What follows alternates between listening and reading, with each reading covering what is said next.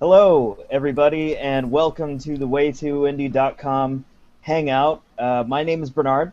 I'm a writer on Way2Indie.com, and joining me today are the editor-in-chief and another writer at Way2Indie.com, Dustin Jancic and CJ Prince. Hello, fellas. Hello. Hello. Hi, good to see you. I haven't seen you guys in a while. Good to talk. It has been a while.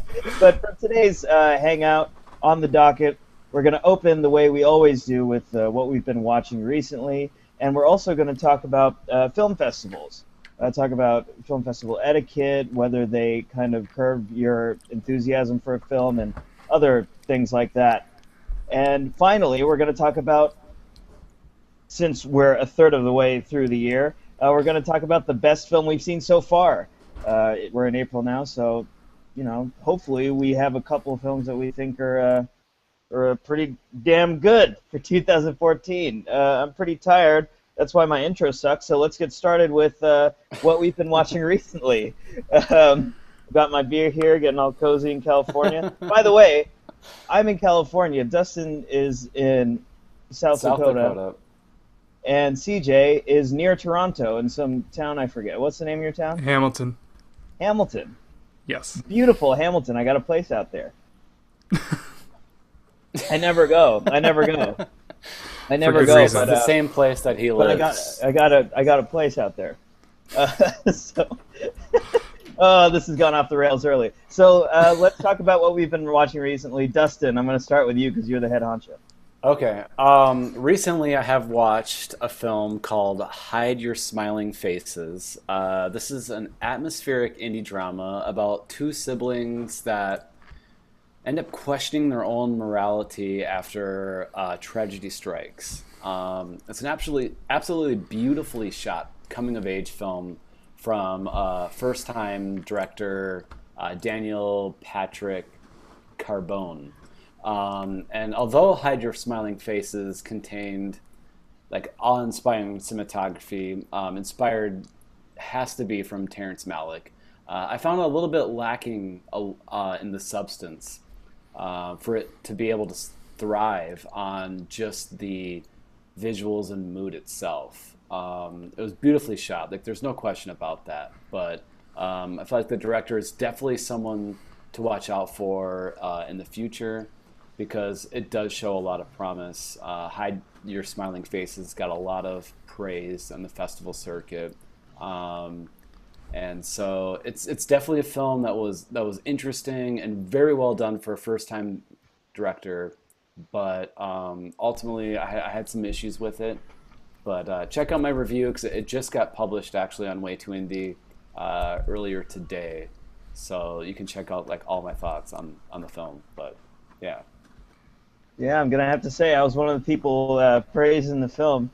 Yeah. I thought we've talked about this already, Dustin. I agree with you on most points except for the substance thing. I think there was a substance for me that I found, but it's a really super understated film. So Yeah. whether people latch on to what was there, I really loved the discussion with the kids about kind of discovering mortality and wrestling with that and coming to terms with it so quickly, because they're hitting I'm not going to spoil anything, but they're hitting the space with mortality in a big way that affects all of them. And it spoke to me. I think my boy also, I spoke to a friend that I watched it with who actually hated the film. He didn't like it at all. Really? But, Wow, yeah, I didn't know anyone who all. didn't like it. I felt like I was the minority by like liking it but not loving it. Yeah. And so that's interesting that someone like actually didn't like it at all, because I didn't even know that I think existed. I told you about him. He only watches like mainstream films and stuff, so this is really kind of plotting a very experiential film. So it wasn't his cup of tea, to say the least. But this is a huge applause for indie filmmaking. I mean, this is just, you watch it and you'd be surprised that it's a first-time filmmaker. I mean, like I said, I cited Malick, and I'm not that far off by saying that. I mean, it is very beautifully shot. The cinematographer was amazing on it, and for a first-time filmmaker, like, it is definitely worth seeking out. But I guess I found a few more issues maybe than the festival circuit, but we'll talk about that later, and maybe how the festival circuit kind of changes things. A little bit of a tease there. A little bit of the yeah. captivating. I didn't see it at a film festival, so seeing it at home I think is a big difference. And so I watched it at home actually. I watched it. At home. You did? Yeah, I got a screener. Yeah. Okay, all right. So, well, boom. Show off. Discussion over.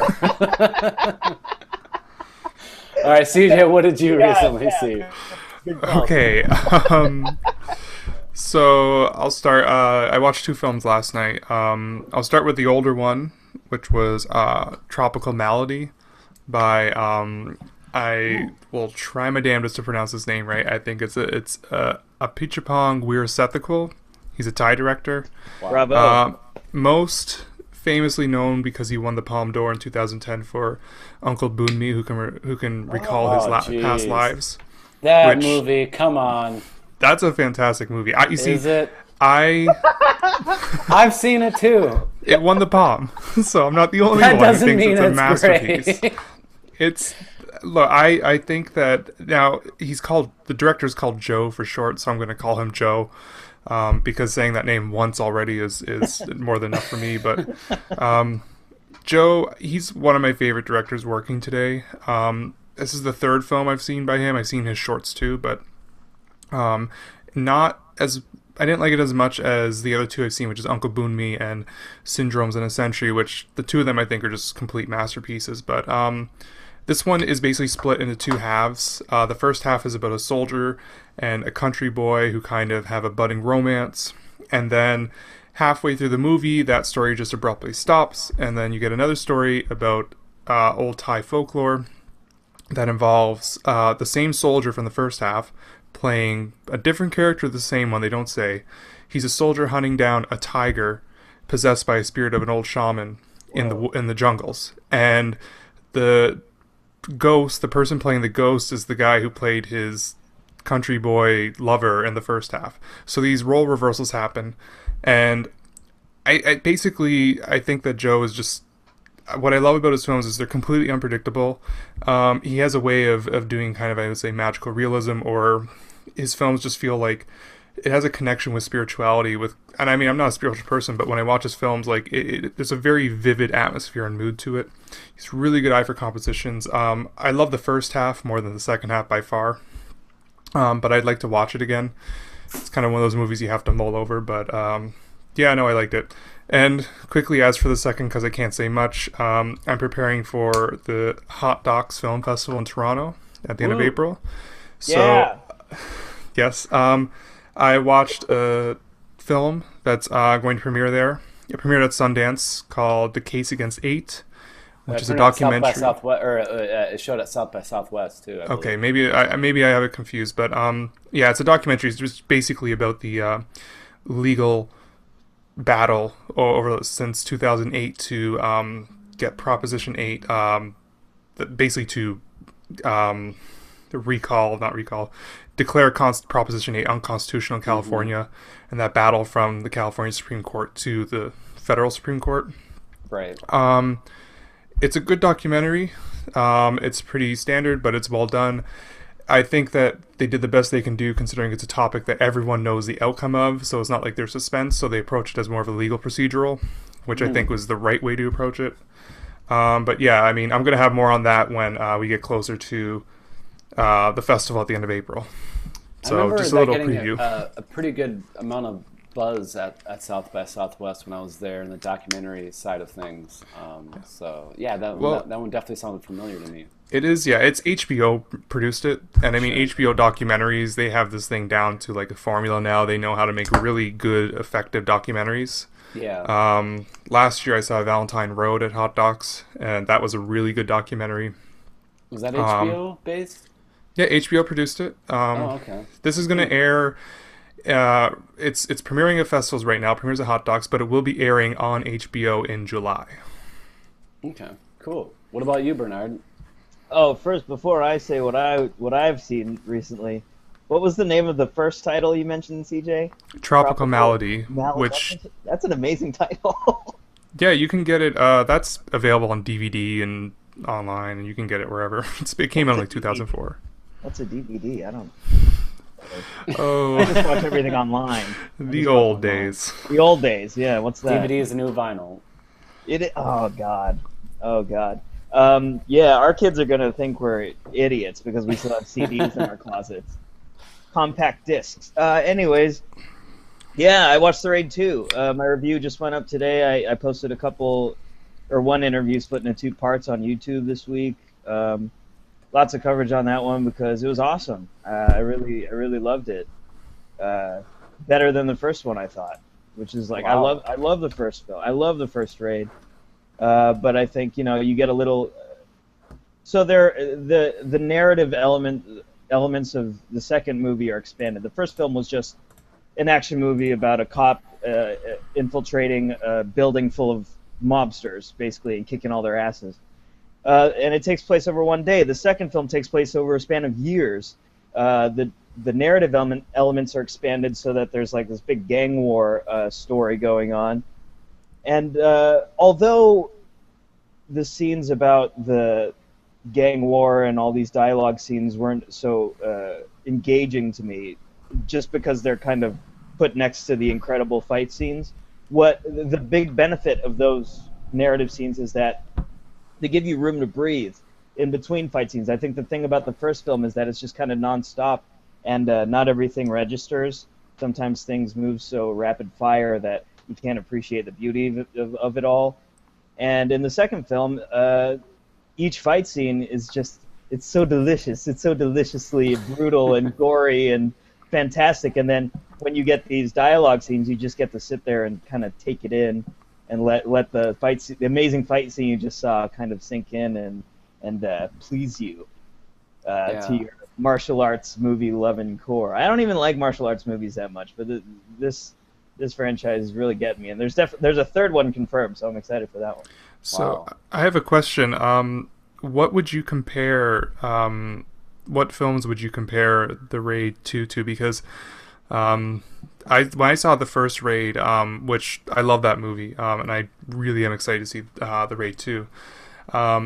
It's just because of the completely expanded scope this time. I'm curious because for me, when I first watched The Raid, I got reminded of like 1970s John Carpenter films, like a lot. Yeah. So I don't know if he keeps that up, because I was wondering, because he has so much of a bigger scale on this one. I don't know if that's going to keep up or if he's emulating other directors. That vibe isn't present here. I don't know. Maybe you'll find that again, but with the whole gang war kind of crime thing going on, and also Rama, the main character from the first film, he's going undercover into the mob. It kind of feels like The Departed, with all these kind of like, dialogue scenes where they're cursing at each other and talking about the hierarchy of whatever. And but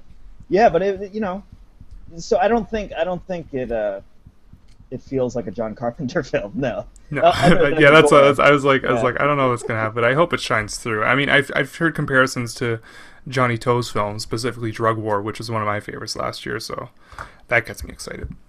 Yeah. Gareth Evans, actually, I think he told me he loved that movie. Yeah, it's amazing. Really did.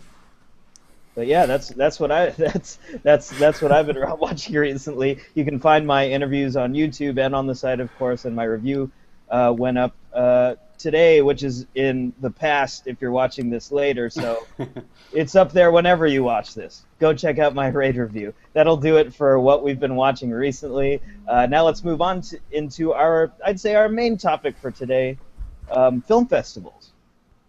I'll let CJ take this away because this was his idea. This is his idea for a topic, so I'm going to let him segue. Boom. Think of a segue. Are you letting me segue, or are you just pinning the blame on me if this goes badly? No, this is going to go great. This is a good idea. It's your idea. Okay.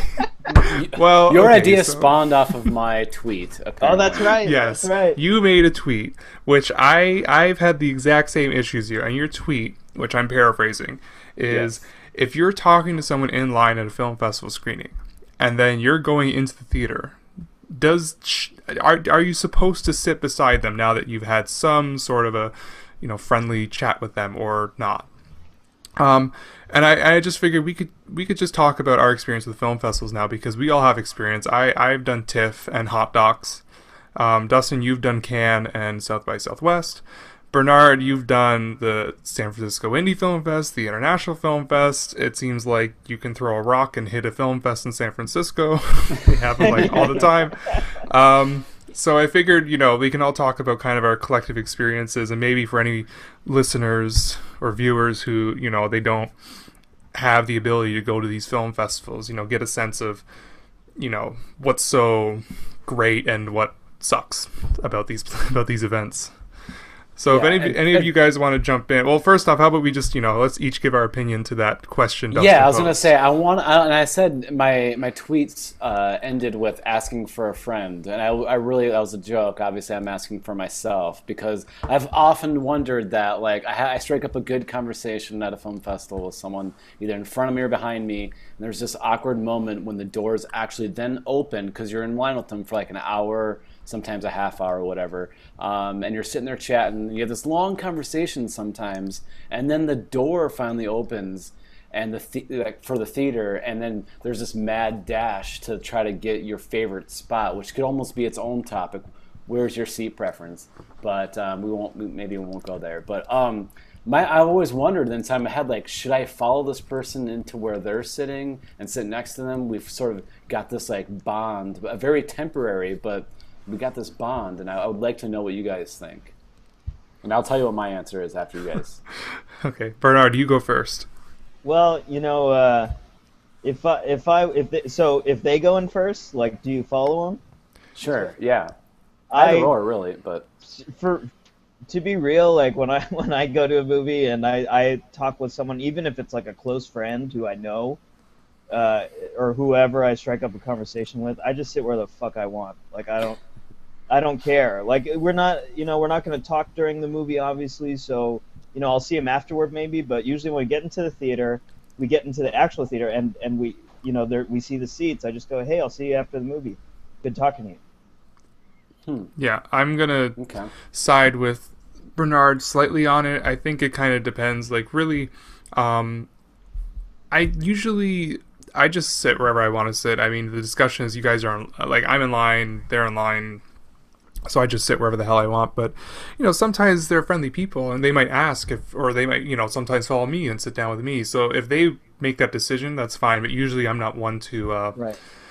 Once the doors open, I'm just going to go in and go wherever I want because, it's just a temporary thing and it's just two people chatting to kill time in a lineup. Cool. So now Dustin. That's exactly how I take it. And I thought I was maybe not the only one, but I thought I was maybe in the minority just a little bit because, I literally just like, we sometimes we have a really great conversation for an hour, and then as soon as the doors open to the theater, I like kind of dick move like, like I'm done with this conversation kind of, and I go up to my seat and I like don't even say like, maybe say my goodbye, but that's about it. Like I rarely sit next to the person that I've just spoken to for an hour, or whatever. So I thought maybe I was the only one. How dare you? How dare you? Yep, I go to my seat. When I just kind of say like, okay, like Bernard's just like, oh, and like enjoy the movie or whatever, and then. But sometimes if they want to tag along and keep the conversation going, I'm not going to complain if they sit next to me because. What's a good thing to do? Sometimes what I do, if I can tell the person like wants to sit close, is I'll sit like a row behind them or something, so that I'm not sitting next to them, but we can still talk like before the movie starts. But I like my own space. If I'm gonna sit next to someone, I don't want them to be chatting to me while I'm in the movies. Okay. Yeah, because like I always sit on the aisle seat, and that's always really weird for most people. Most people, if they had the whole theater to pick a single spot, they would typically pick middle, like middle of the theater and middle of that row. That's kind of the sweet spot. Usually, it's reserved for when you're at a film festival for the talent or the filmmaker and the guests, but. I typically sit on the edges and the aisle. So, you could leave early, but I rarely ever do that. Or for me, it's better note-taking. There's usually light in the aisles. But so that I don't know, that's kind of where I go. So No, I don't know. I usually try for kind of a middle thing because I don't like to walk out of movies, but eh. How about this? This is not really a festival thing, but where's your guys' preferred seat in the movies? I mean, Dustin, yours is the aisle, DJ. Mine is like usually I go for center, like kind of off center maybe. Like, well, actually, you know what? I've never actually put thought into this. What? You have to. Like, that's like the one thing I think about when I'm in line. I'm like, okay, if there's 10 people in front of me, I have a pretty good shot of where I want to be. Well, when I'm at like TIFF, for instance, right, and I'm in a lineup that's wrapping around the corner of a street block, I'm like that. In those cases, I'm like, I don't give a shit as long as I can see the screen. I actually, you know what? When it comes to TIFF, certain venues, I do have ideal seats where I like, okay, I know that this is where I'm going to get the best view. But generally in a movie, I tend to sit in the middle in terms of like not the front or the back. I know I have friends who like sit way in the back rows. I sit in the middle rows, usually closer to the edge. Yeah. Very boring. Very boring choice. Not even creative. Just like, oh, I picked the reasonable position.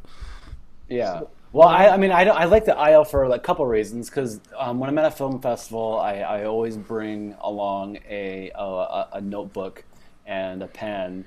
And it's really difficult to, keep track of your lines, and write little notes during a film if it's really, really dark. And so, like I mentioned before, usually the aisle will have little lights with sort of guiding you towards, the exit or whatever. And so there's just a little bit of light usually at the on the aisle. But that's not the only reason. The other reason is because I hate sitting like next to two people and feeling confined because I always get screwed out of the armrest. I swear, like I'm always like I don't establish my arm or my elbow space early enough, so they always establish it before me. So I'm like sitting there like, and then I'm trying to write, and so I'm trying to write like this because two people. So I love the aisle seat because I can write, and then if someone's taken that elbow on my right side, I have the aisle on my left. I can easily, in a lot of room, right over here. So there's multiple reasons. Funny. I've thought this through a very You're so neurotic. Yeah, you thought this through. This sounds to me more like someone on a subway car. I feel slightly like Larry David, and like I just the tweet was a legitimate question, and like seating etiquette, and I've thought of all of this. Like this is what I think about. So I guess I'm weird, but whatever. No, I think we all think it through. Maybe not to the amount you have, but I've thought about it. You gotta establish the elbow space. You have to. That's rule number maybe one. That's my problem. What about you, Bernard? Where's your favorite place to sit? Okay, so it depends. Like, if I'm just at a theater, and I could have my pick, I try to get the center of the screen at eye level. Wow. Like, I try to get as level with the screen as possible, which is, higher than most people would sit. People usually try to sit in the center. I go a little bit higher, not all the way to the back, but pretty high. And then, I like the center. Screen at eye level, establish the elbow space. But then also, I go to you prick. Yeah, I'm the guy that steals your elbow rest. But a lot of the times I go to the press screening room, the variety screening room in San Francisco, which is a small theater, and it's full of these like critics who've been doing this for like 30, 40 years sometimes, and I just sit like on the aisle because I don't want to get in anyone's way, Wow. Just let them sit wherever they want. I mean, like these people, I look up to them. I haven't been doing this for long at all. You keep your elbows but you don't even establish anything. No, I go like this, fetal position. Yeah, no elbows. Just keep your elbows in. I watch on the aisle. I go to the back corner of the room and just okay. through like this. So we all have different spots then, I guess, that we like to sit in. I remember when I went to TIFF years ago, and I know I'm going to bring this movie up again, but and I saw Leviathan. Oh, geez. So what I did was, for that one, I was like, okay, I sat in the middle of the second row. So I just had the whole screen take over my entire eye. Like, I had nothing but the screen in front of me, and I was like, let's fucking do this. Which is kind of I just wanted to be overtaken by it. Which is kind of an interesting topic, because I actually was going to bring this up too. Like, does have you ever, has a seat in a theater ever affected either positively or negatively your thought on the film? I mean, I know it's you wouldn't want to maybe admit that as like a film critic, but just like as a movie watcher, like have you sat in the front and it's just a terrible experience that you couldn't get past that, or like, and maybe in your case, CJ, that for that film you were so immersed because like it filled, like you had no choice but for it to fill your peripheral. Yeah. Maybe that like positively affected, I guess, maybe your experience, maybe more so than sitting maybe in the very back row or something. Because I've had that happen before. I have actually got late to a film. This was not at a film festival, just late to a film in general. For Shutter Island, I remember the film, and I had to sit in the very front row and the very last, basically the last spot that you would ever expect a seat in a theater, which is the very front row and the very last seat on the aisle. In this case, the aisle wasn't the best one, because if you're in the front, you better get the middle, because it was a weird angle. And it really kind of affected my my viewing of the film, like negatively. So I don't know if that has ever happened to you guys. I notice I avoid seats that are too far to the left or too far to the right, because when I see something on that angle, it takes me longer to get used to it. Yeah, it pulls me out of the movie more. You focus on that so much, it's hard to get like immersed in the actual film, because you just like, it's so like it bothers you so much, and like you said, maybe it's just hard to get used to for so long that it almost takes you out of the whole experience. And I remember, has it ever affected you, Bernard? I've only sat in the front row once. What was the James Bond movie with Halle Berry in it? The World Is Not Enough? The World Is Not Enough.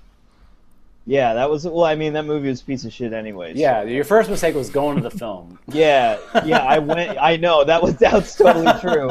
I went to the film, and even if I had gotten my prime seat, that movie was a piece of trash, so I don't know if that seat... Maybe the movie was just bad no matter where you sat in the theater. I don't think any seat could have enhanced that piece of garbage.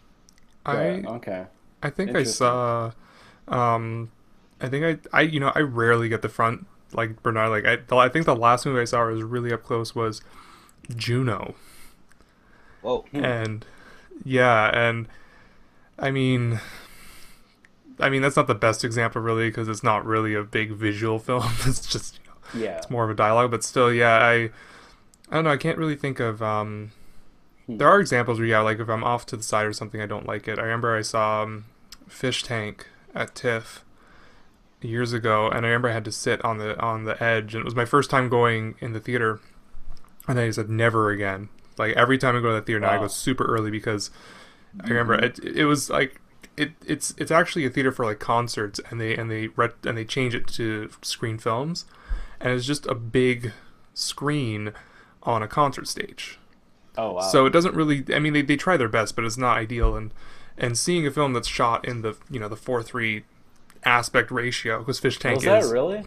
Yeah, Fish Tank is shot in the full frame, and I remember that being a beautiful film to look. I mean, it's gorgeous. It's insanely gorgeous, and I just remember because I was sitting on the angle, and then you have like this massive screen, and only a little bit of the film is being projected on it. I remember I didn't like that experience. I had to watch it again. It wasn't set up for like a theatrical, like they haven't like worked out all the angles, like in an actual theater with the screen. They try their best. Right. I remember actually, they try their best. Like I went to the major theater they use now. I saw The Master in 70mm there, and that was you had to bust that out. That's a 2,000 seat theater, and it was sold out. 70mm, dang! Oh yeah, it was. I was. You had me at 70mm. That's nice.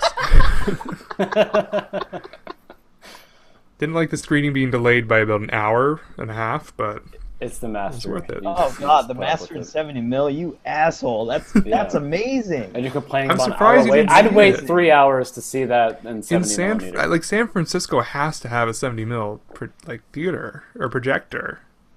They have to. Yeah, I know. We're such a film history town. Like I just haven't gone. Yeah. Oh well.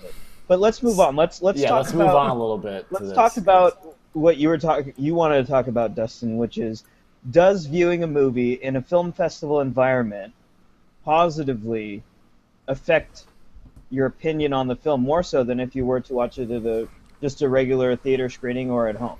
So let's start with you, CJ. Have you ever gotten caught by the festival virus and been more kind to a film because you saw it with an enthusiastic audience, for instance? Yes, absolutely. And I think that this is a thing that happens with many film festivals. I think the major example would be Sundance.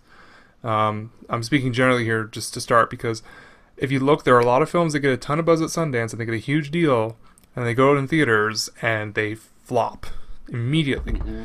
Because it's just that atmosphere when you're in that festival atmosphere, things that, you know, they get such a great reaction, they're not going to react well to like the major public.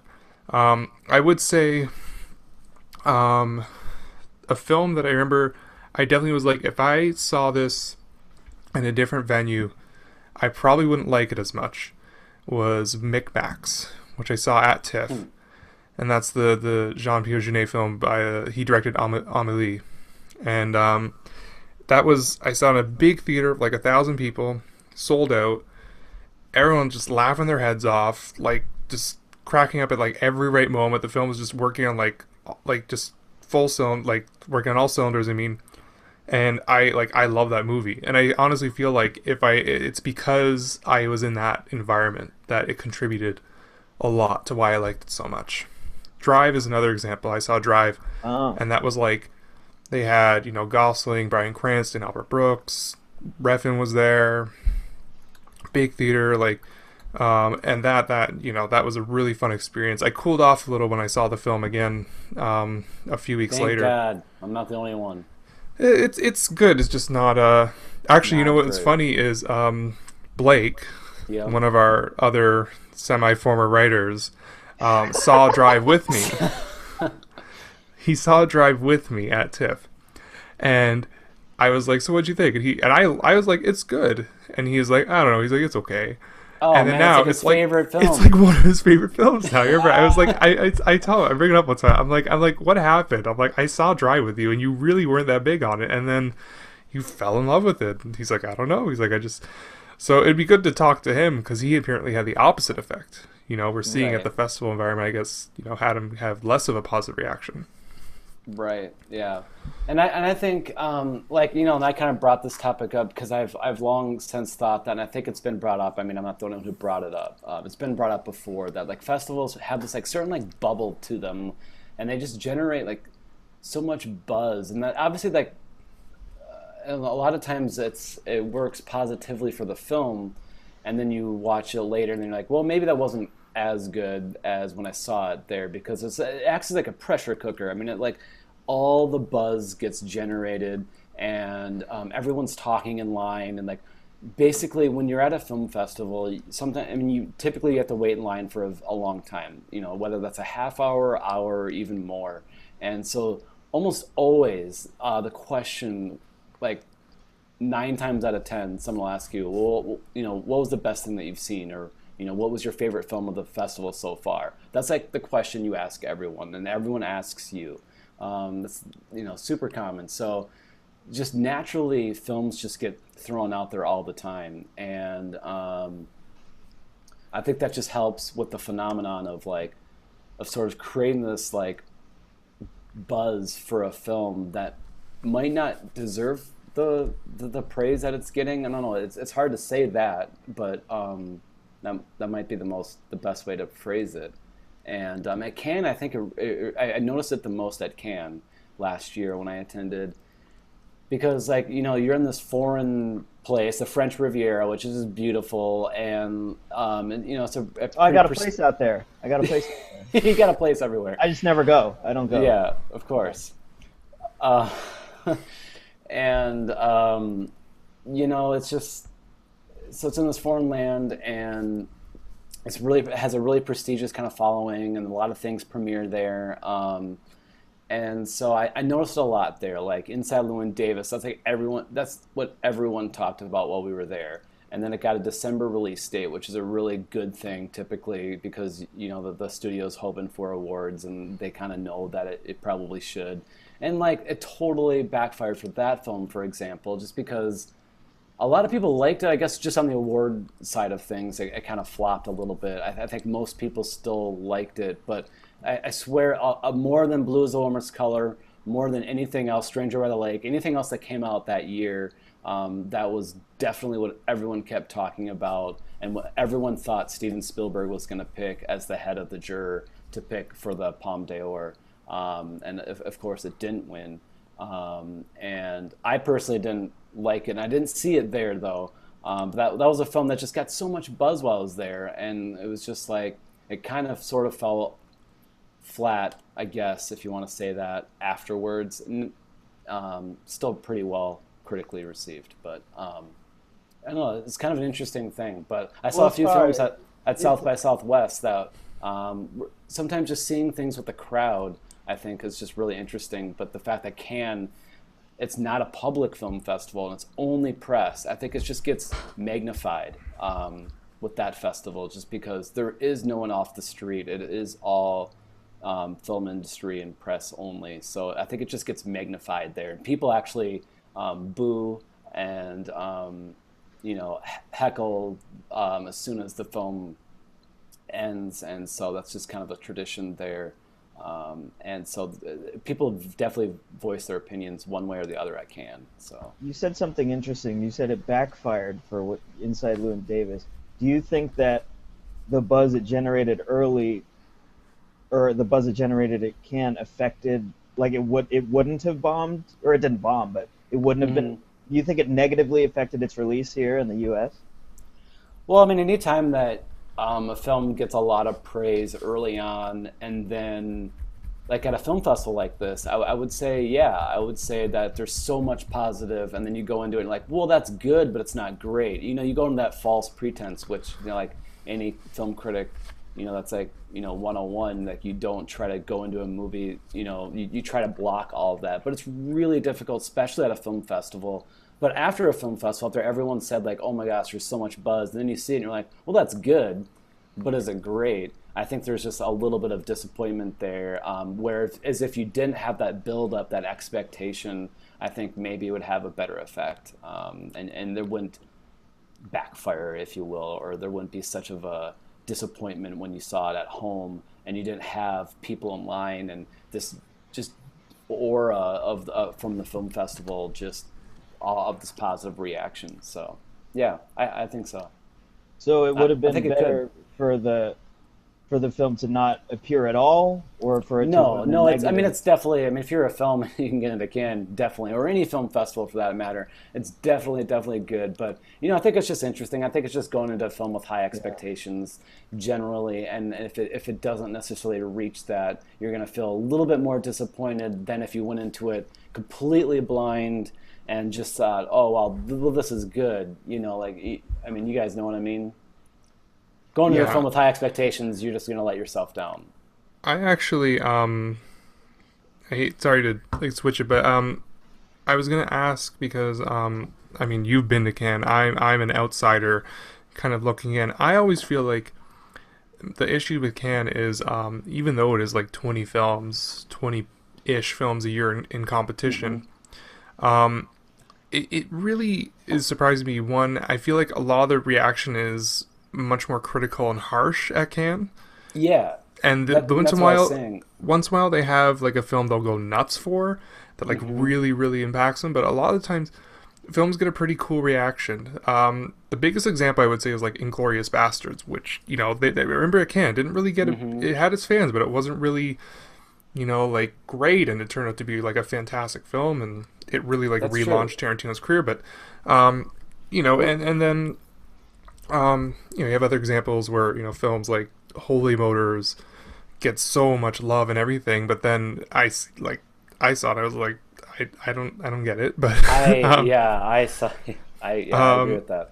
Yeah, so I just feel personally that Cannes just seems like it really is I think maybe because it has that prestige to it, and it's like the king daddy of all the film festivals. Hmm. That another thing is films usually drop off in terms of like, there are some damn good films that play there, and because I know. they're not a prize winner, or Hmm. they play early or whatever, they kind of drop off the face of the earth. I would say a great example, which you and I were just talking about recently, was Young and Beautiful, the Yeah. Oh Ozon film, boy, which that's such an it's underrated film. it's a good film, and yet it played early at Cannes.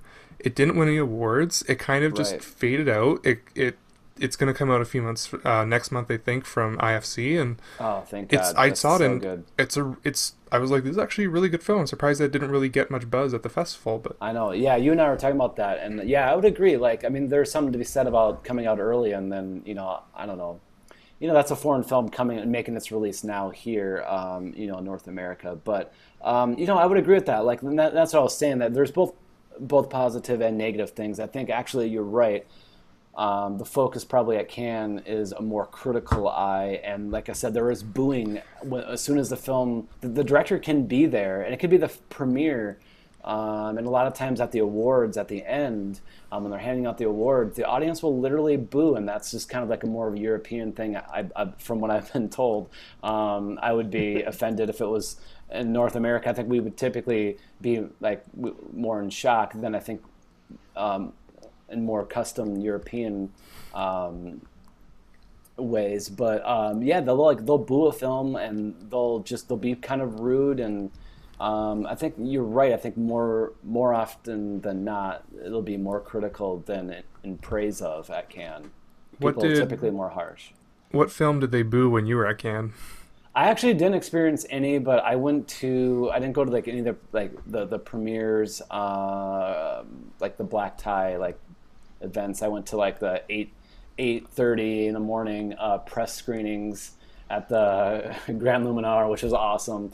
But like people are probably way too tired from getting up that early and partying late that they didn't boo apparently. So I actually didn't experience. I just hear about them and know that and obviously you've heard about that, and it's kind of like a widely publicized thing that does happen there. I guess it happens a lot at the awards at the end when they hand out the awards, like the Palme d'Or and the Actor and Actress Awards. That I guess a lot of the reactions are, I don't know, they boo a lot at Yeah, those. So I I don't know know. there's a press room at the awards ceremony. There's a press room that's separate. They obviously, the press doesn't get into the main ceremony, but Hmm. and Right. the press room I hear gets really opinionated, like a Hmm. lot of booing. Like I remember when Best Director went out to, I think, Heli, which was the Mexican film. I remember people said there's so much shouting and booing and that kind of stuff. But I'll switch it. Bernard, I want to know for you, because San Francisco, I guess. Although I think this will be changing in the coming years, because I do know that you just got someone from TIFF who's taking over the San No Francisco Film account. Society. Count, No account. who's Yeah. I am so goddamn jealous because Noah Count is an amazing programmer. I Yeah. would go see films at TIFF if he programmed them. Hmm. And You do see films at TIFF. yeah, and then what was it? So I was gonna ask you because San Francisco it's not home to like a major. The biggest film fest you have, I guess, is the International Film Fest, right? Yeah. And you guys, you're not gonna, it's not a TIFF or a No. Cannes or a No. Sundance or whatever. So, um, I mean, what I want to ask you is, I assume these are more public film fests as well. Oh yeah. Yeah, so I mean, what's your experience? Because like with that kind of festival and the audience, and I guess these are films. I know you guys have premieres and stuff, but there are films that come down the line from these more major film festivals. And what kind of how those festivals operate or what the atmosphere is like there. The atmosphere is great. I mean, San Francisco is such a movie town. We love old school. The new stuff like the Hunger Games and all that. Like we're not so hot on, and like Marvel stuff doesn't usually come through. But like indie art house, that's our shit. And people love the shit here. So international. I just went to the press conference where Noah Cowan was there. Lovely dude. Like really knows his stuff. Although he's only been here a month, literally just touched down a month ago. And yeah. the festival is full of a lot of indie film standouts. The focus is on indie film and world cinema, so it's cool. I mean, I really like it, and the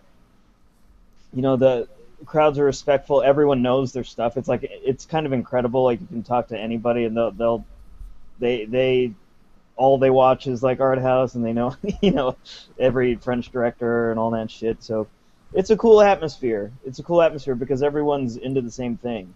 We don't really get people who are kind of like disgusted that the film's too artsy fartsy or something. Like, everyone loves the stuff. It's fun. I remember one story. I was at TIFF a few years ago, and because TIFF is so massive, you got like 300 plus films playing, and it's just so big, and it's one of the biggest film festivals in the world because it's public. You have people going there, and they're just going to watch. There are a lot of people who just go because they're like, oh, it's a big film fest and celebrities, and they watch whatever, not realizing what they're watching. So one time I was in line, and there was a woman who was visiting from California just for business, and she was like, oh, I'm going to go to a film at TIFF. And she picked a film randomly, which was from the Wavelength section. Now, the Wavelength section is avant-garde films. So the film she watched, when she started talking to me, and I kind of smiled, but in my head I'm like, oh my god, like, this is so bad. It was based off some obscure German or French novel from decades ago. It was about 8 16mm reels that would play in a random order at every screening. And it was just landscape shots with narration. It's not a bad film. I've seen the film. It's not bad. But this woman who looks like she walked off the set of The Real Housewives of like Orange County or whatever, is talking to me about this really like weird movie she watched and all this stuff. And I know the movie. I know there are critics who like adore it and stuff.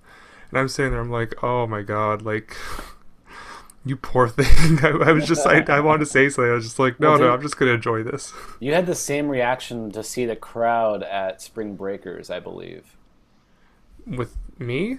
Yeah, well, you were standing in line and you were like, wow, these people do not know what they're getting themselves into. Yeah, I mean, they there were saw a couple... the stars of the film and they're like, oh my god. And then you're like, wait a minute, the director. And I just remember a tweet, you're like, these people have no idea what they're into. Yeah, there were definitely a couple. Yeah, okay. I remember I was in the line, and to one side of me were a bunch of like hipsters, literally just pulling out a joint and just smoking pot in the line. And then the other side of me were like 16-year-old girls who were there for Selena Gomez and Vanessa Hudgens. And I'm sitting there, and I mean, part of me's like, these poor girls to my one side. But the other part of me's like Harmony Korine is just, he's so fucking fantastic because he's made a movie that can unite these two groups to go see. And then you're like the oddball weirdo in the middle of this group. I was just standing still, quietly on my phone, listening to music or whatever. They're probably like, who's this weirdo in front of us? Like, who's just an average looking dude and probably doesn't know who Justin Bieber is, other than, I guess, your... Oh, they don't know. Well, I know who Justin Bieber knows is. Justin Bieber. He knows Justin Bieber. We're in Canada. I'm in Canada. Everyone knows Justin Bieber. Sure. But you know what I mean? Like, they're probably like, God. Yeah, no, that was a weird experience. There are definitely people at TIFF who they just go because it's like, oh, let's just go see a movie, and then, because the fest is like so broad, you can pick. So, like, they just pick whatever, and sometimes that backfires. Right. So, like, one of the questions I would have maybe is, and maybe one of the reasons why I think people might view films more positively in a crowd at a festival, would be maybe because the director's there. Do they feel some sort of, and then they hear the Q&A afterwards. So they, not only that, they feel like they need to respect, this guy's work, and sometimes the whole crew is there, and you feel more obligated maybe to applaud or to sort of, I don't know, give the people the recognition.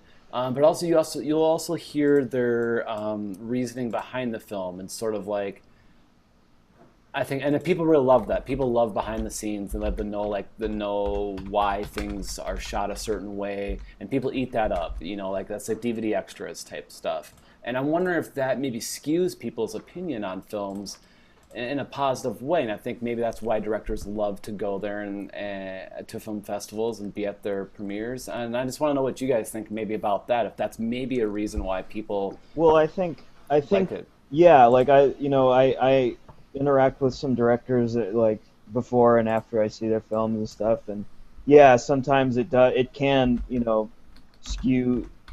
I don't like that word. I mean, yeah, it's not maybe the best word. It can influence or color Right. your perception of a film. Now, I think the real question is that a valid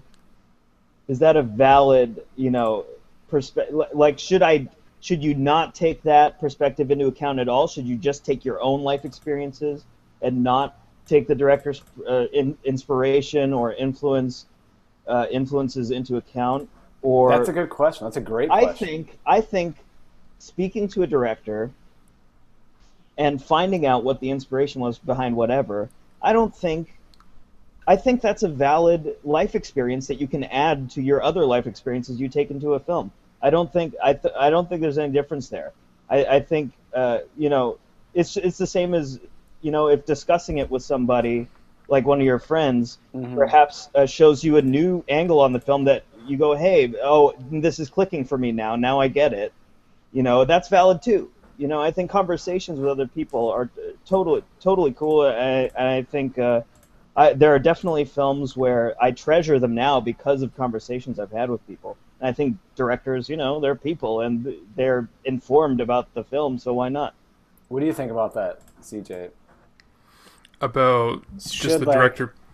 Yeah, could that influence you positively or have more bias towards liking a film because you hear afterwards why they made it a certain way, maybe, or maybe they're trying to cover why something didn't work, and they kind of maybe give not an excuse. I'm not trying to like they give their reason why they did some, their reasoning behind the film, the why they shot a certain way, why they weren't able to do this, maybe. Insight. They give insight. They give some insight, yeah. And what do I don't know, does that ever affect you, and do you feel like that influences you more than anything? For me personally, when I see a film, I mean, I'm going to like it or not, and that information, it may, it will give me a better understanding. Right. Maybe it will give me more appreciation. But I can't really think of a situation. I can't think of a situation where that type of information really swayed my opinion on a film away from what I originally felt. Maybe over time, but definitely it wasn't like I watched a film and liked or hated it, and then after hearing the director or someone in the crew speak, it like vastly changed. It's like, oh well, now I changed my opinion. I'm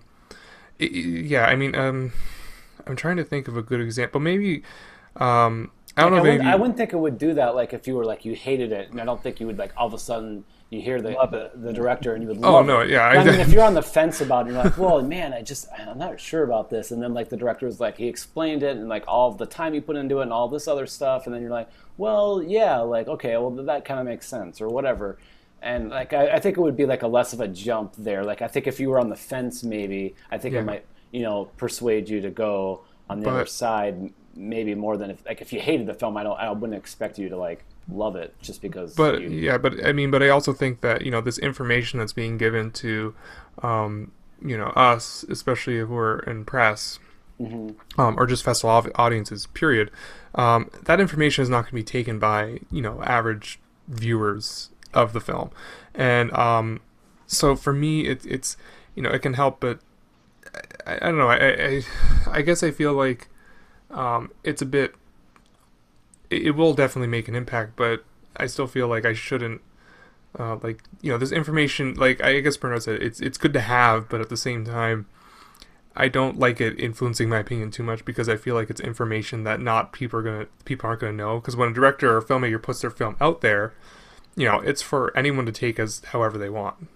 But that's not really what Bernard was saying, I don't think. Yeah. I think he was saying kind of different. That's why, and I kind of figured you might feel differently about that, because I feel like Bernard's saying that actually that helps him with his own life experiences to hear the other experiences, and that's can really help. And it could go either way too. It could affect, like, for example, I'll give two examples.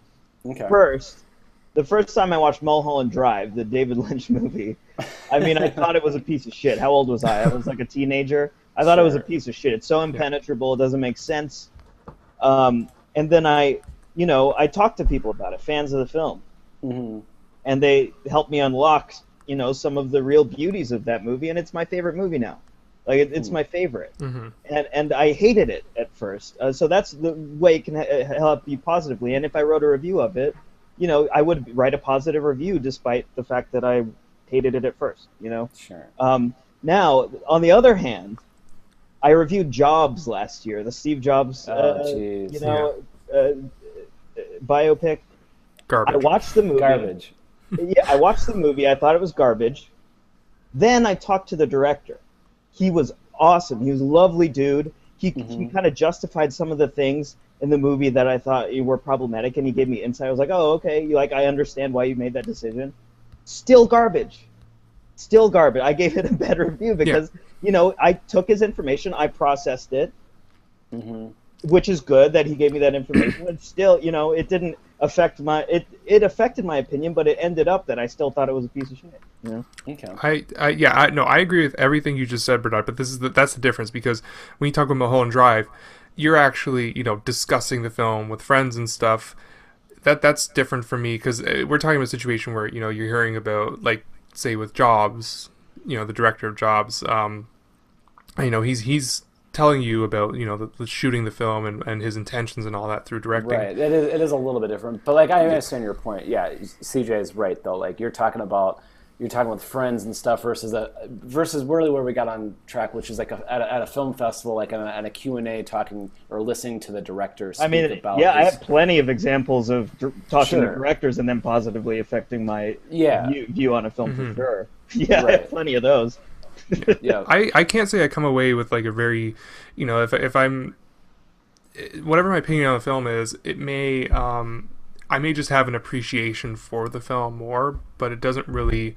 I know what you're talking about. Like if I'm on the fence about something, that may change it slightly, but for the most part, I tend to be pretty consistent on my opinions. I noticed that over long periods of time, my opinions may change more drastically. Yeah, but I think that's common. A good example is I saw this movie called October November at TIFF last year, which is by the director of Revanche, which is on the Criterion Collection, which is a fantastic movie. That's why I went to see it. It was his first movie since then. I really didn't care for the movie. It was kind of boring. He came out, and I was actually I actually saw it with Nick, our new writer on the site. Oh, really? Yeah, that was one of the first. I think that was the first film we saw together at TIFF. But he actually liked the film a lot more after the Q&A, when the director got to spiel and went into detail about it. Yeah. I still felt pretty lukewarm on the film, but I had a better appreciation of what he was going for, and it's like, you know what? Even though I have a better understanding of what you're doing, but I still don't think that what you did would impacted me in the way you probably hoped it did. So I just get a better understanding your appreciation. That's a really good, that's really I've never been swayed, as I've talked to a lot of directors now. Well, not a lot for me. I've been doing this for like 2 days, but I've talked to some filmmakers, and it's never, the conversations with them, although they're informative, they've never swayed me so much to where I really didn't like a film, and then I talk to them and suddenly I love your film. It's never happened. It's typically I was being exaggerated there. Yeah, sometimes I'll kind of like a film, and then I'll talk to them and go, oh, okay, I see what you're going for there. I still don't like it quite so much, but I understand it better, and I think it's okay to. I don't think it's corrupting anything to include. If for example, if I was confused about a scene. When I first watched it, and I talked to a director, and he clears things up for me, and I go, now that it kind of affects me more, I'm not gonna write about my first experience, as if my conversation never happened. I think that's disingenuous. Yeah, and I'll just end it on this thought, and because I kind of I definitely see where you're coming from, Bernard and CJ, both of you. And I find myself, and it's just something I thought of when I've been to film festivals and I go to a lot of the screenings and the Q&A is there. I feel like a lot of people get a lot out of it, And I wonder. My thought is this. My thought is that people aren't going to like the film any less. If anything, it's going to help them. People aren't going to like think a movie is great and then listen to the Q&A and then be like, wow, I thought this movie was garbage. And I think if anything, it helps the people who are on the fence to maybe say, oh, okay, actually, yeah, he's got a good point there, and I kind of think it's a little bit better now. And I don't think it's going to persuade people who didn't like it at all. I don't think they're going to all of a sudden like it. I don't think it's ever a negative thing. I would be very surprised if people really like the film, and then all of a sudden after the Q&A, be like, oh, well, now I don't really like it as much. I think it only helps, and then that's all I wanted to maybe get out of it, and that's just my opinion. But. Yeah, I think you're generally like 99% of the time right. I did have one experience though where I did hear a Q&A with the director that I won't name, where I heard this Q&A, and it was oh gosh, how can I say this without giving it? It's not a famous film at all, but it was a film that was paying homage to a very famous Japanese director. So it was like he was doing a sequel to one of this amazing Japanese director's films. And I watched the film and I thought, oh, that was all right. That was okay. Yeah. I had a lot of problems with it or whatever. And then he talked and he said that he was trying to like, kind of continue this director's legacy or something. Like all these shots that I thought were like serviceable, he told me that he was trying to emulate the style of this director. Wow. And it did kind of leave a bad taste in my mouth. Yeah, I was you can screw it up then. Yeah, I was like, oh God, that's disrespectful. I was gonna say, Dustin, like you're right about how it's a better appreciation, but oh boy, I know stories of Q&As where you listen to Q&A and you're like, wow, this guy just fell into a good movie. Oh, really? Yeah. Wow. I guess I haven't experienced that too much. That's funny. That was so good, CJ. That was perfect. Hey guys, so let's wrap this up. I think we've been going a little long on this festival thing. Fascinating stuff about film festivals, etiquette, our favorite seats, whether the film festival atmosphere can get to your opinion of a film and corrupt it or help it. Let's move on, though. We could talk about that for days. Let's move on into, now that we're in April, we're a third of the way through the year. We've seen a few films here, all three of us. Let's talk about the best one we've seen yet. The best one so far in 2014 that we've seen so far. Let's start with CJ here. What's the best film you've seen so far in 2014? Okay. Well, my favorite films of the year I actually saw in 2013 at festivals. They just haven't come out yet. I'll just give a quick reference to those because I'll talk about what I've seen this year. Those two would be, Dustin will disagree, but Only Lovers Left Alive, the Jim Jarmusch film, which is going to be out in a few weeks, which I love. I just saw it. What did you think? Can you say? Okay. Yes! I'm not the only one! Oh my god! I'll leave it at that. The other film is Tsai-Ming Liang's Stray Dogs, which is just total masterpiece. Blew me away when I saw it. Really? That's playing at International. I was wondering if I would say it's going to be a tough watch, but you know what? I know you like more minimalist films. You love Jean Dielman. You have a great appreciation for. I think you would like Tsai-Ming Liang's films because he's in the same vein. Oh. There are shots in that film, stationary, that they go on for 15, 20 minutes. Wow. And you have to be in the right mindset. That's what I was about to say. He gets you in that mindset. Like he brings you into his very meditative point of view and stuff. But I don't want to get too much of that. The best film that I've seen in 2014, that is coming out in 2014. Funnily enough, played in 2013 at festivals, but I saw it this year. Anyways, I saw it recently. It's called A Spell to Ward Off the Darkness. I'm going to have a review coming up in the future. It's a film that's split into 3 acts. It follows a man who doesn't say a word in the film, I think. He's at the first act, he's at a commune in Estonia. just hanging out with some people. They kind of are just like a bunch of hippie types who kind of do a lot of philosophical discussions. Then the film just abruptly cuts and he leaves. I guess he leaves the commune. They just kind of cut, and now he's living in solitude in Finland in the forest. And that's the second act of the film. And then the film abruptly cuts again. And then the third act, he's a member of a death metal band in Norway, playing an underground club. It sounds very weird, but the directors, Ben Rivers and Ben Russell, they have such it's it's such perfect, their cinematic form, their everything is amazing.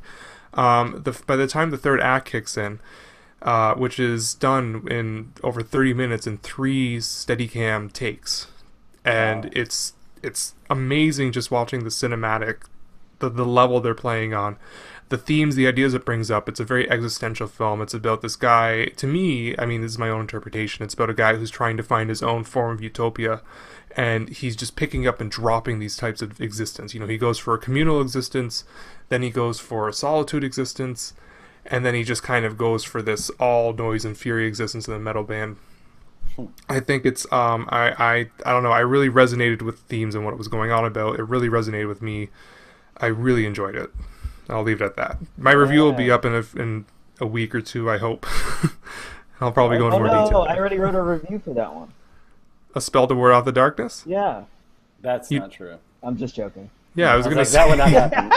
I was know like, that. there's no way. There's Inside no way. joke, people. Inside joke. Inside, yeah. It's not funny that's to true. anyone. Yeah. Okay, who's How about I'll go. I'll sandwich right in between you two lovely gentlemen. We'll have a little Bernard sandwich here. Right.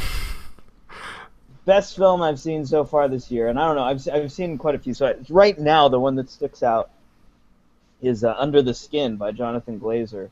Nice. Oh. Scarlett Johansson. Have you seen this, CJ? Yeah, I saw it at TIFF. I saw it at the premiere. Scarlett Johansson and John Glazer were there, and yeah. And I need to see it again because you know what? That's all right. Let's go, baby. No, it wasn't. Here's the thing. The line I tell everyone is this: I appreciated it much more than I enjoyed it. It has some amazing sequences.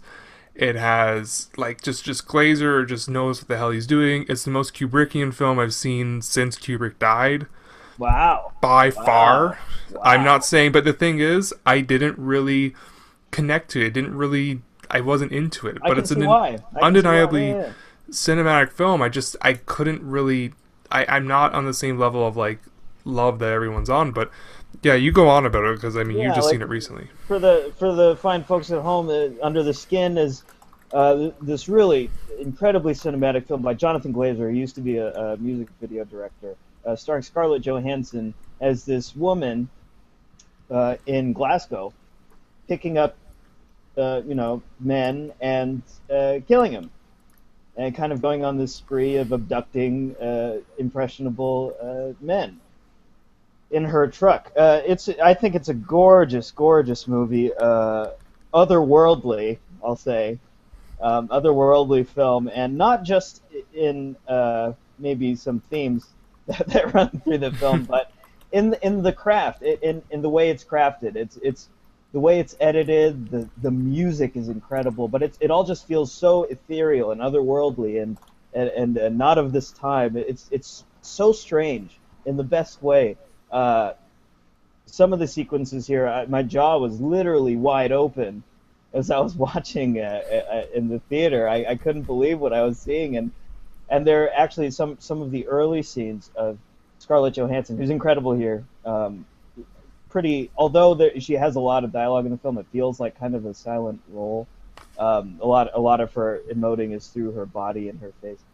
There's some early scenes of her abducting men where they actually use real people, and the men don't actually know they're being filmed. So it's actually just Scarlett Johansson hitting on or trying to abduct these men, these real people, and they're filming it, and they put it in the movie. It's really fascinating film. Like you said, totally cinematic, gorgeous. Sound is great. Editing is out of this world, and I think it's the best film I've seen so far this year. Yeah, Kubrickian. I'm gonna say real quick. Even though I think my issues stem with the second half when it kind of decides to start having a story, and but anyways, for me, I would say the sequence where you actually get the reveal of what happens to these men. Which I don't want to go into detail, but so good. So good. I like that scene, like that noise, like everything that happened in that scene. Is just so chilling, like bone-chillingly eerie. I'll just leave it at that. That scene really, like, out of everything at TIFF, that's probably the most memorable thing for me. Unforgettable. Have you seen La Talente? Which one? Jean Vigo, La Talente. No, I have not. It's like a 20s silent film, but it's famous for the shot of the main actress. Oh God, I forget her name, but she's floating in the water, and there's a light in the water, and she looks like this angel, kind of just floating there in this white. I think she's wearing a white dress, and it reminded me of that. The scene you're referencing. Oh yeah. Yeah, it reminded me of that a lot. It was just incredible. Yeah, that and the gold. What was it? The remember when it was like a gold filter and they had all those shots overlaying each other? That's amazing. Yeah. But anyways, I would go. We could have a whole other episode dedicated to discussing that. So some of the shots in there are just I've never seen anything like them before.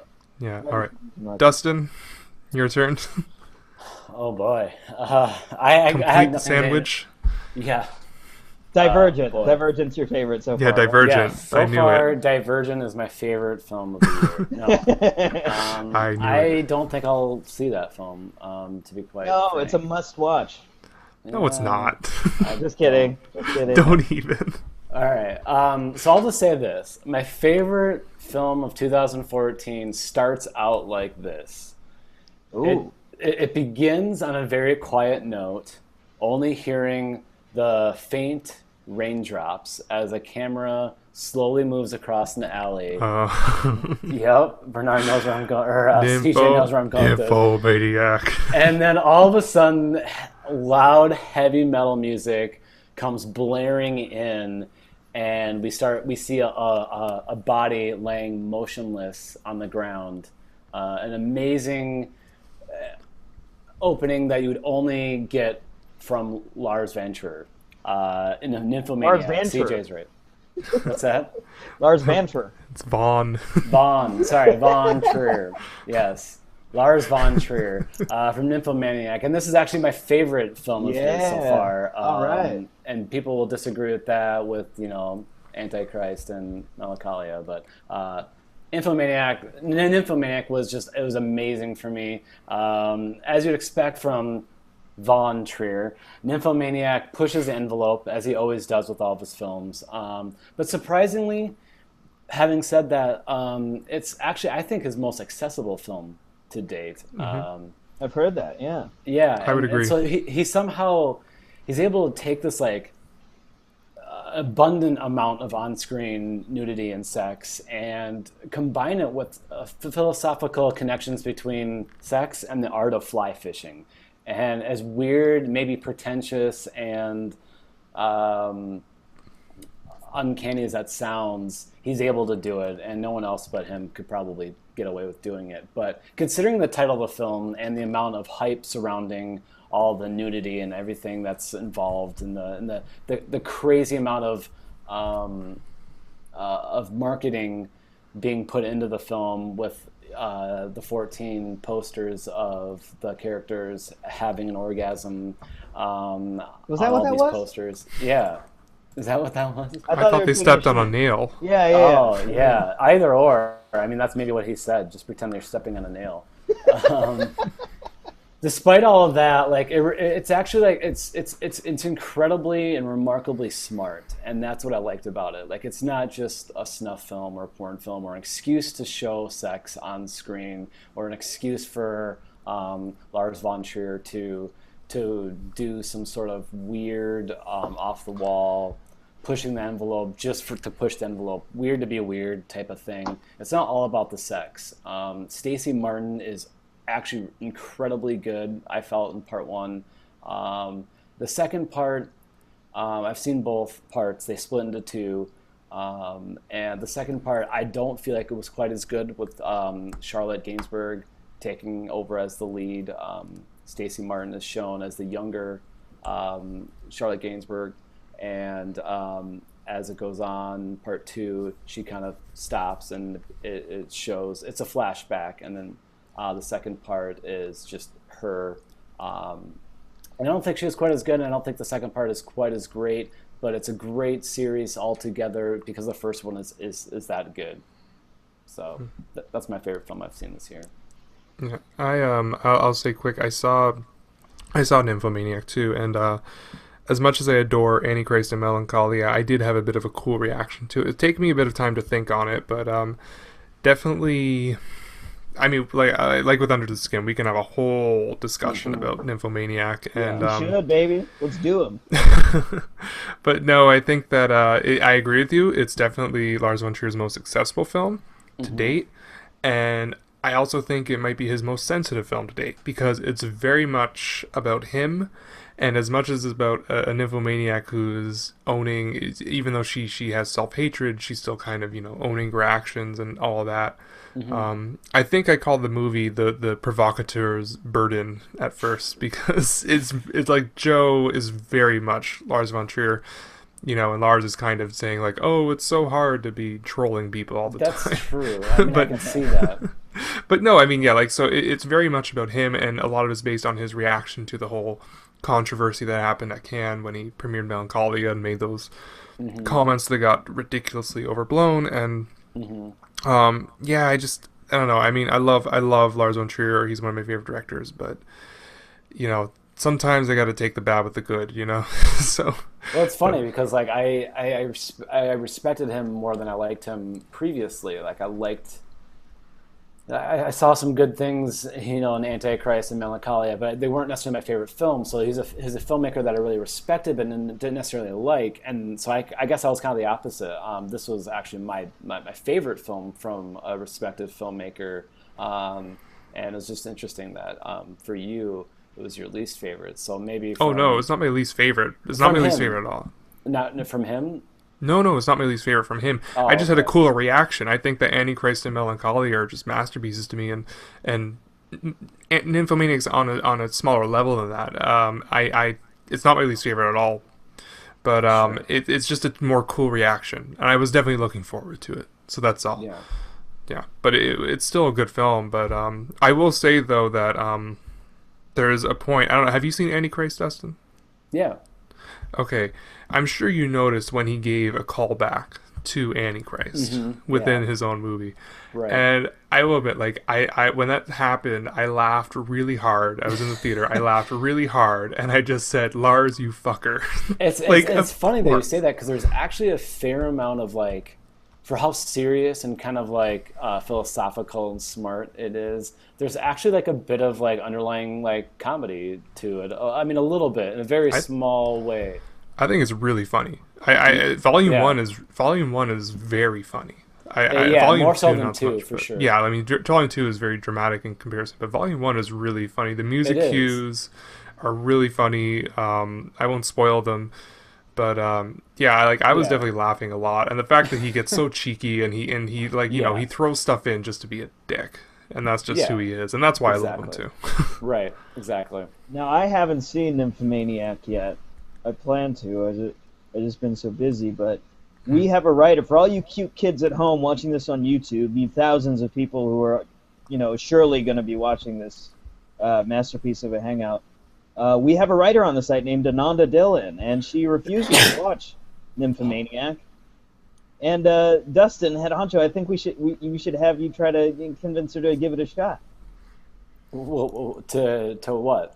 Watch Nymphomaniac. I haven't even seen it. Won't watch it. I know she won't watch it. We gotta get her to watch it. I want to get. I guess I missed that. I don't know why she. Oh, she said that. Yeah, in the last one she wouldn't. I want to get her to watch it, and I want her to live cast it, so that we can see. Wait, why won't she watch it? Did I miss that? I don't understand. Oh, you don't know about this? You don't know about this? No. Oh, she doesn't want to watch Nymphomaniac. She dreads even getting anywhere close to it.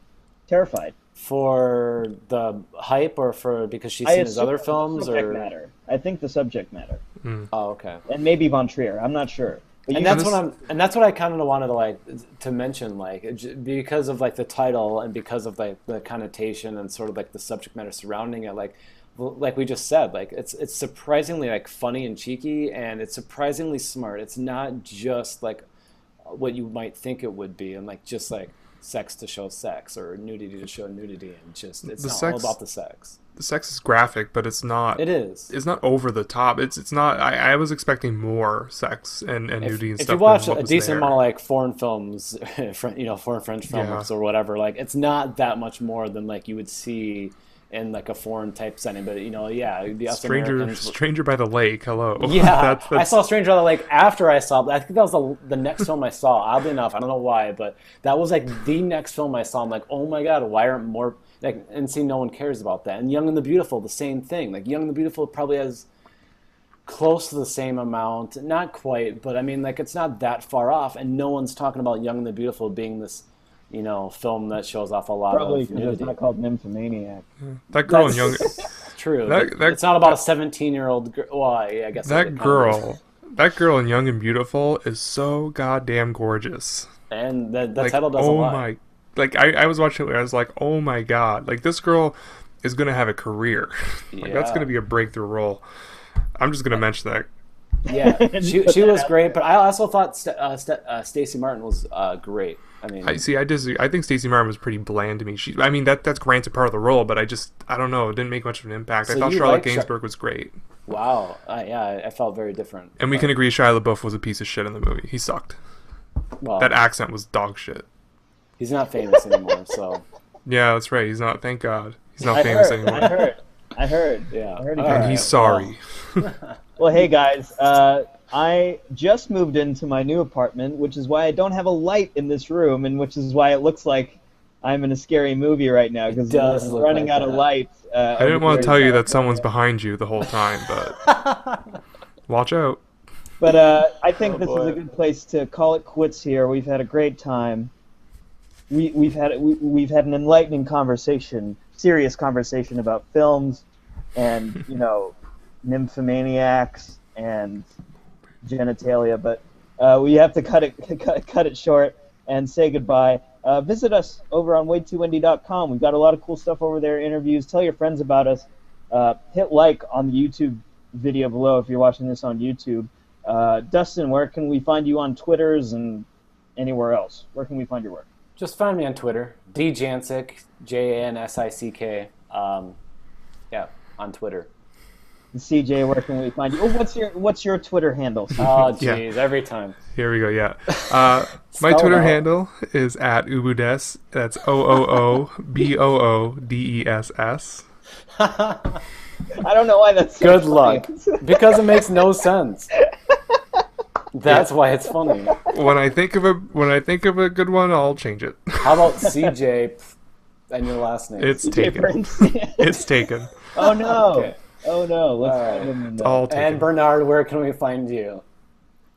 What is mine? I don't know what mine is. I think it's at BJ Boo. BJ_Boo. Yes. Yeah. Yes. Or if you search for Bernard Boo, I think your name. I think it would pop up too. So. Or Bernard Boo, and a lot of the films we mentioned today on the Hangout we have stuff written up about them on the site. Search for all that stuff.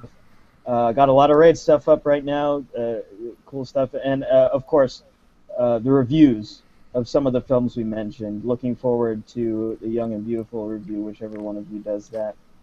Thank you guys for listening.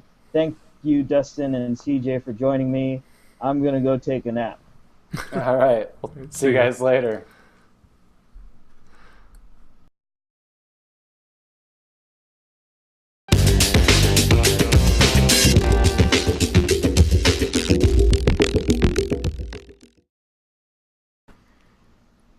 Hello, everybody, and welcome to the Way2Indie.com Hangout. My name is Bernard.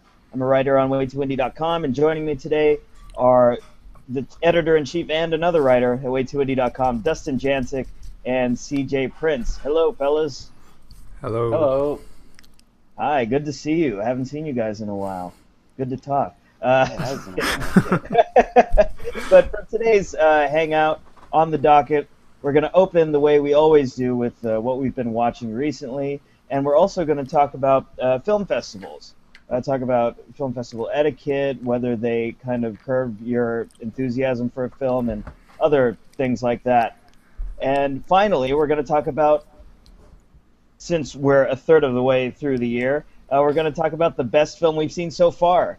We're in April now, so hopefully we have a couple of films that we think are pretty damn good for 2014. I'm pretty tired. That's why my intro sucks. So let's get started with what we've been watching recently.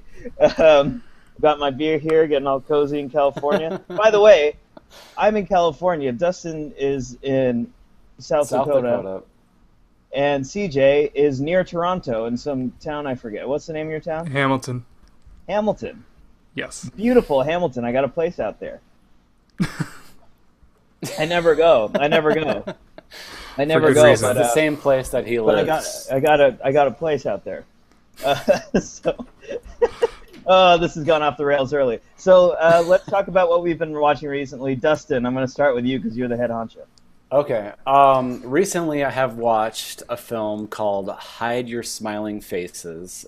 This is an atmospheric indie drama about two siblings that end up questioning their own morality after tragedy strikes. It's an absolutely beautifully shot coming-of-age film from first-time director Daniel Patrick Carbone.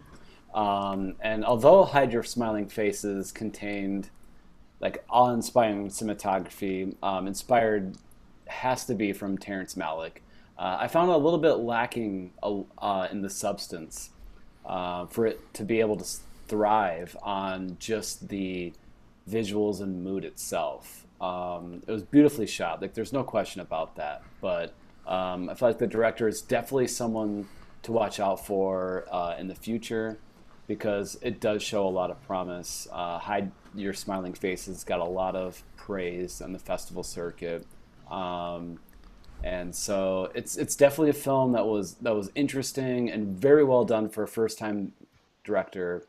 But ultimately, I had some issues with it. But check out my review because it just got published actually on Way Too Indie earlier today, so you can check out like all my thoughts on the film. But yeah. Yeah, I'm going to have to say I was one of the people praising the film.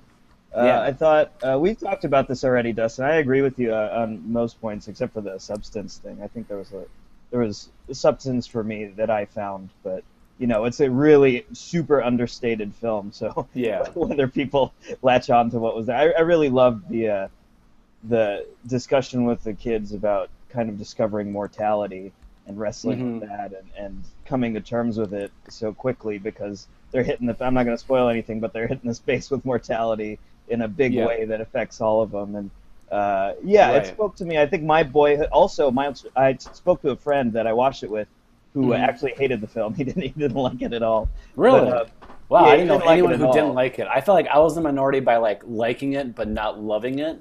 Yeah. And so that's interesting that someone like actually didn't like it at all, because I didn't even know that I think existed. I told you about him. He only watches like mainstream films and stuff, so this is really kind of plotting a very experiential film. So it wasn't his cup of tea, to say the least. But this is a huge applause for indie filmmaking. I mean, this is just, you watch it and you'd be surprised as a first-time filmmaker. I mean, like I said, I cited Malick, and I'm not that far off by saying that. I mean, it is very beautifully shot. The cinematographer was amazing on it, and for a first-time filmmaker, it is definitely worth seeking out. But I guess I found a few more issues maybe than the festival circuit, but we'll talk about that later, and maybe how the festival circuit kind of changes things. A little bit of a tease there.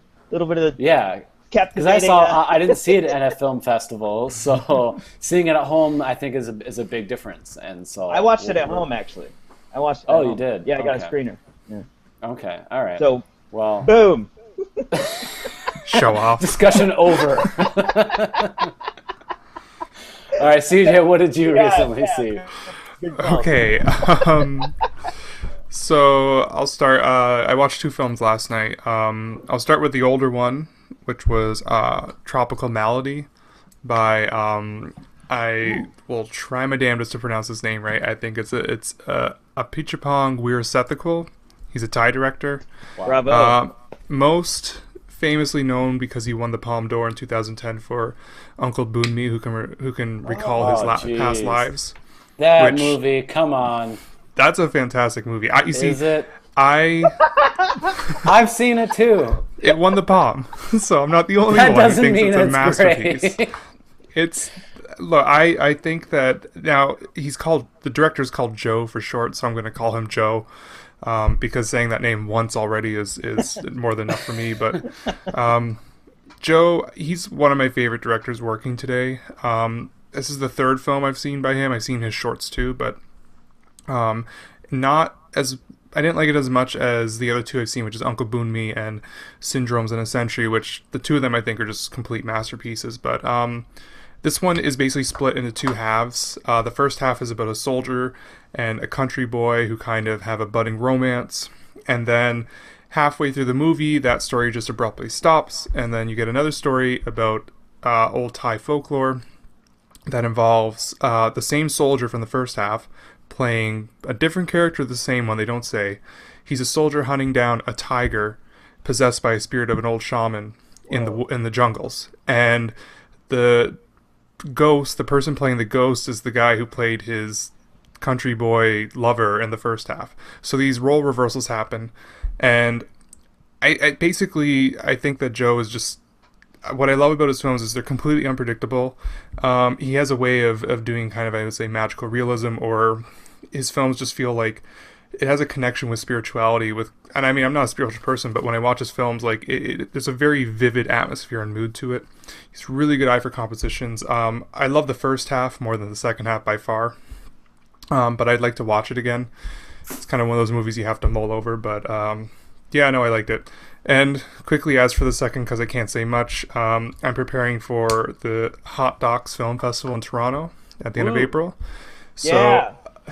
Yes, I watched a film that's going to premiere there. It premiered at Sundance called The Case Against Eight, which is a documentary. It showed at South by Southwest too. Okay, maybe I have it confused, but yeah, it's a documentary. It's just basically about the legal battle since 2008 to get Proposition 8, basically to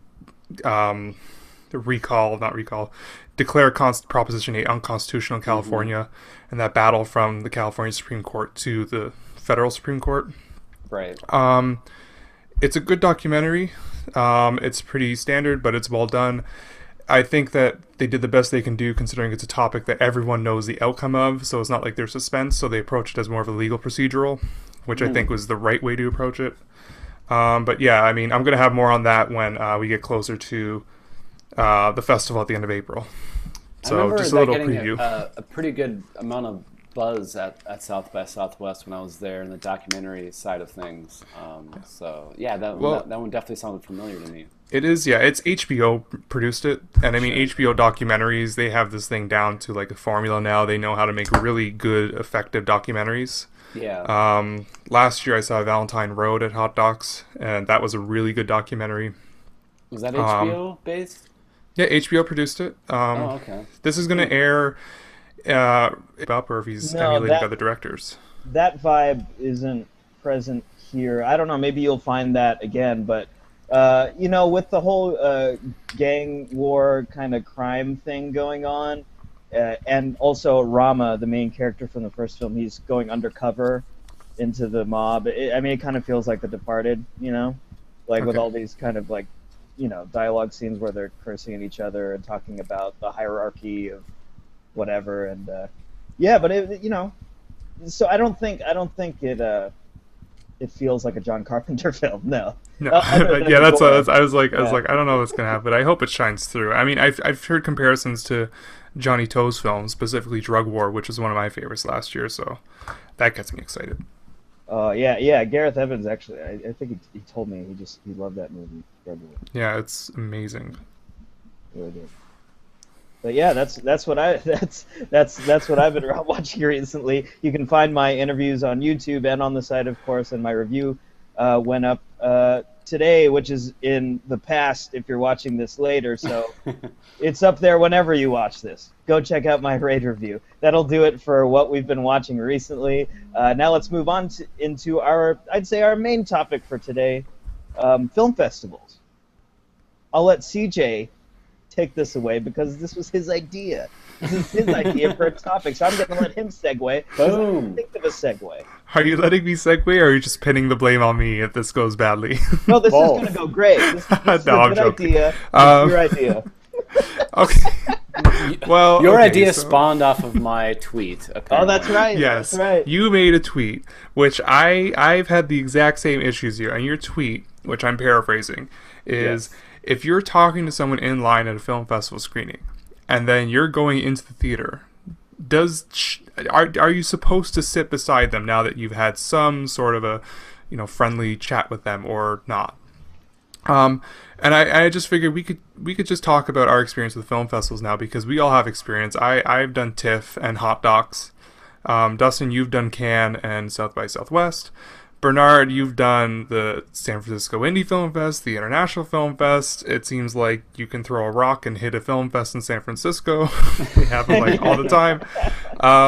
So I figured, we can all talk about kind of our collective experiences, and maybe for any listeners or viewers who, they don't have the ability to go to these film festivals, get a sense of, what's so great and what sucks about these events. So if any of you guys want to jump in, well, first off, how about we just, let's each give our opinion to that question. Dustin I was going to posed. say, and I said my tweets ended with asking for a friend. And I really, that was a joke. Obviously, I'm asking for myself, because I've often wondered that, like, I strike up a good conversation at a film festival with someone either in front of me or behind me. It's premiering at festivals right now, premieres at Hot Docs, but it will be airing on HBO in July.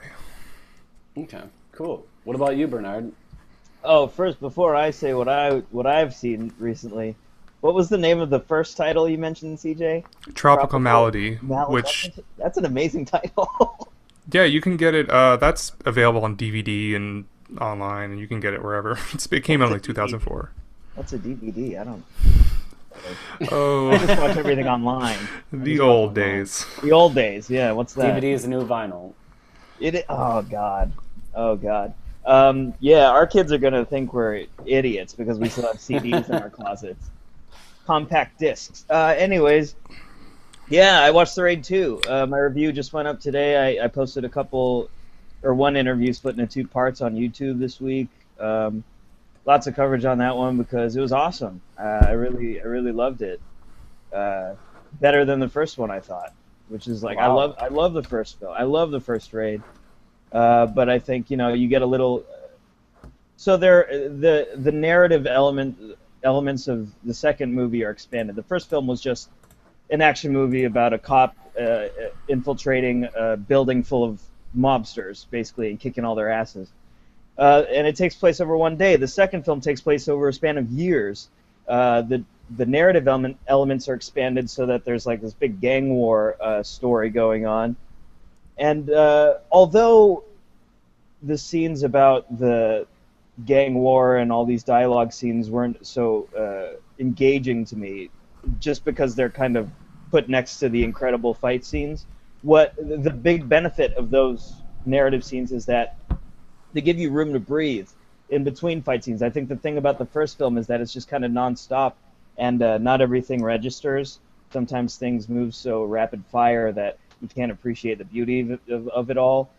And in the second film, each fight scene is it's so delicious. It's so deliciously brutal and gory and fantastic. And then when you get these dialogue scenes, you just get to sit there and kind of take it in and let the amazing fight scene you just saw kind of sink in and please you to your martial arts movie loving core. I don't even like martial arts movies that much, but this franchise is really getting me, and there's a third one confirmed, so I'm excited for that one. So I have a question. What would you compare? What films would you compare The Raid 2 to? Because when I saw the first Raid, which I love that movie, and I really am excited to see The Raid 2. It's just because of the completely expanded scope this time. I'm curious because for me, when I first watched The Raid, I got reminded of like 1970s John Carpenter films, like a Yeah, lot. yeah. So I don't know if he keeps that up because I was wondering because he has so much of a bigger scale on this one. I don't know if that's going to keep